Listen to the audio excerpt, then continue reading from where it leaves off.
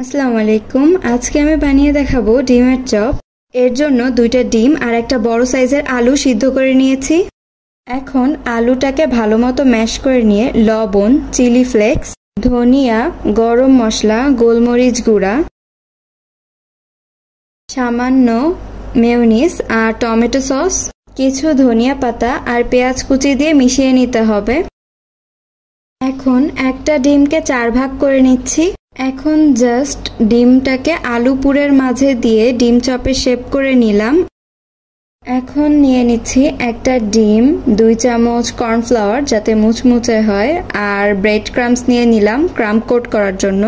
এখন জাস্ট ডুবো তেলে ডিমের চপটা ভেজে নিলেই ডিমের চপ রেডি। এই উইকে যে আমার ভিডিওতে বেশি কমেন্ট করবে উইকের লাস্টের দিকে তার পছন্দের রেসিপি আমি ট্রাই করব। এজন্য আপনারা যারা আমার ভিডিও লাইক করেন একটু কষ্ট করে কমেন্টটাও